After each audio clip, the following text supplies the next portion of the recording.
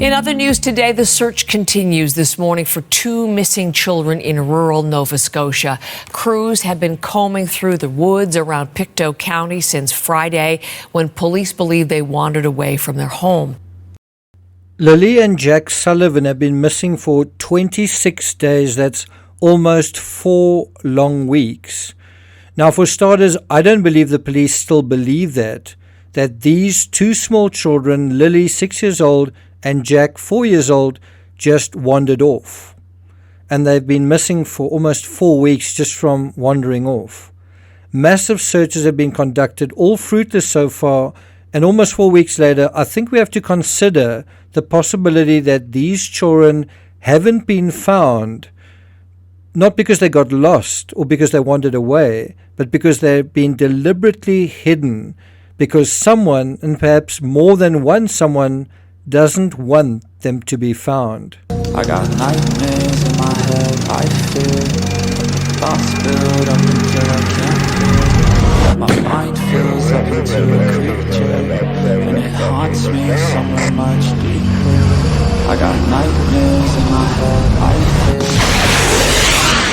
Hello and welcome to True Crime Rocket Science, the most authentic voice in true crime.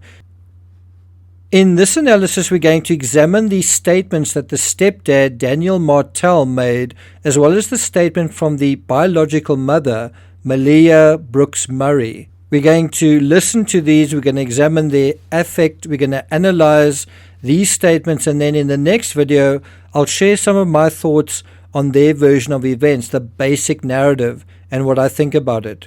Worth playing for. But before we get to that, if you haven't subscribed to the channel, please do. If you're new to the channel, if you've never seen me before, I've covered in extreme depth cases like Madeleine McCann, another missing child case, also the Ramsey case, written several books about both cases. So this is certainly a territory I'm quite familiar with. If you're finding this analysis worthwhile, please hit the thanks button and let's get started. So we have 6-year-old Lily Sullivan and 4-year-old Jack Sullivan. They went missing on Friday morning. Now, we heard from the children's stepfather recently. Here's what he had to say about this situation.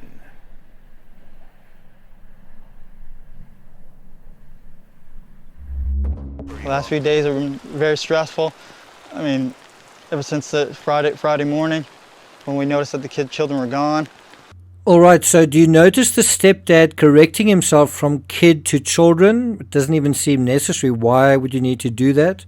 And then also, he seems more nervous than grieving, doesn't he? When you slow down the footage, it's hard to really make out whether he's making eye contact with the camera. Seems a little shifty-eyed. But it could be that the rain is sort of on his face, and that might be a factor. Gone is also an interesting ambiguous word. Gone could mean dead, or gone could mean missing. Well, why not just say missing? Immediately jumped in the vehicle, surveyed all the areas, many dirt roads, many culverts as I could, and waited for the police to get there.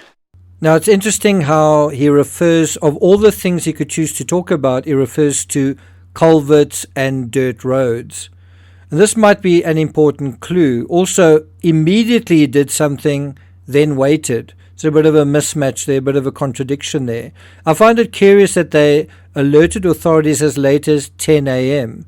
One wonders what time they say they woke up and how long they say they spent searching and where they searched before they called authorities. It's also interesting, we're going to get to that in a moment. They seem convinced that their children were abducted, and yet there's no evidence of that. Where have we heard that before? So again, this search began with family members and has now expanded to dozens of search and rescue volunteers. About 160 people were on the ground yesterday. There were dogs brought in to try to catch a scent of these two children. There were 8 drone units in the skies searching, as well as a couple of helicopters as well, each one of them equipped with infrared sensors and cameras looking for these children.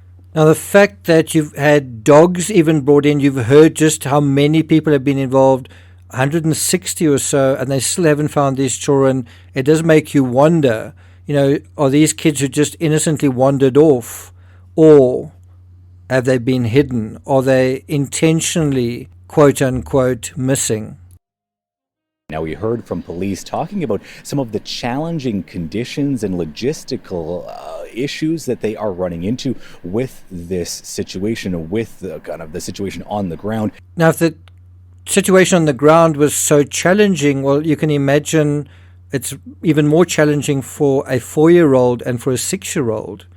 How far could they really have gotten under these challenging conditions? And now let's listen to the mother's statement. I'm just staying as hopeful as possible. I want them home. I want to hold them.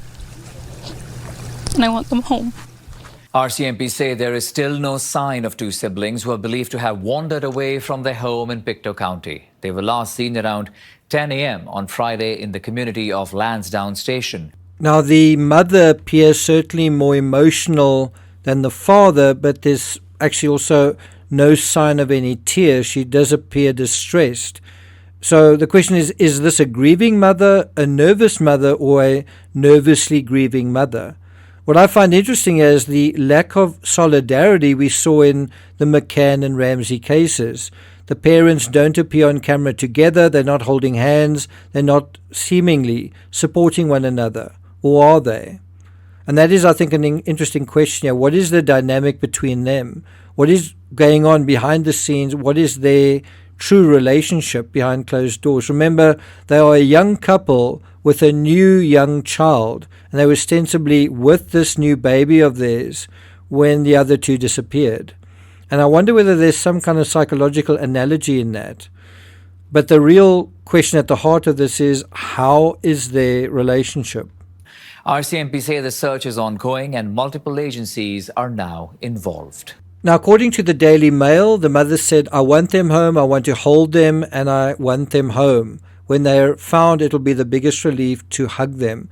Now, that is, I hate to say this, but it's similar terms that Chris Watts said. Chris Watts said, I want them home. There's no mention of their names. I'm worried about them, anything like that. I'm just staying as hopeful as possible, she told CTV News in an emotional interview. We always make sure that we're out there with them, watching them, and they happen to just get out that sliding door and we can't hear it when it opens. Well, to say we always make sure we're out there with them, well, they weren't when they disappeared. And these are very young children, 4 years old, 6 years old, and she says they were outside playing, but we weren't aware of it at the time. And the next thing we knew, it was quiet. You've got to think, in this treacherous terrain, this rugged rural terrain, how far can a little 4-year-old actually get? And wouldn't they leave footprints? Wasn't the ground fairly damp? One boot print was actually found. And so she says, we get up and look outside, we're looking everywhere, yelling for them, and I instantly just called 911. I just had the instinct I needed to call.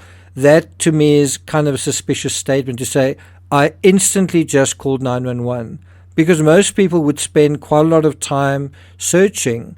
And if it is an innocent situation, how long would it really take? How far could a 4-year-old really get and a 6-year-old in an environment like this? Brooks Murray, according to the Daily Mail, said that her children may have mild autism, but were friendly, contrary to rumors online claiming they were nonverbal. That's also an interesting aspect to these children. They're both really happy-go-lucky children. They're so sweet. They talk to anyone. They'll talk your ear off. Still no mention of their names, though. They will speak to anyone in a store, everyone. They're just extremely sweet kids, she said. So what do you think? Do you think they were abducted? What do you think are the lessons from the Ramsey and McCann cases that teach us potentially about this case, if anything, or don't they apply? Well, I'm not going to take it further than that. Look out for further analysis on this case. Thank you for listening, and I'll see you guys next time.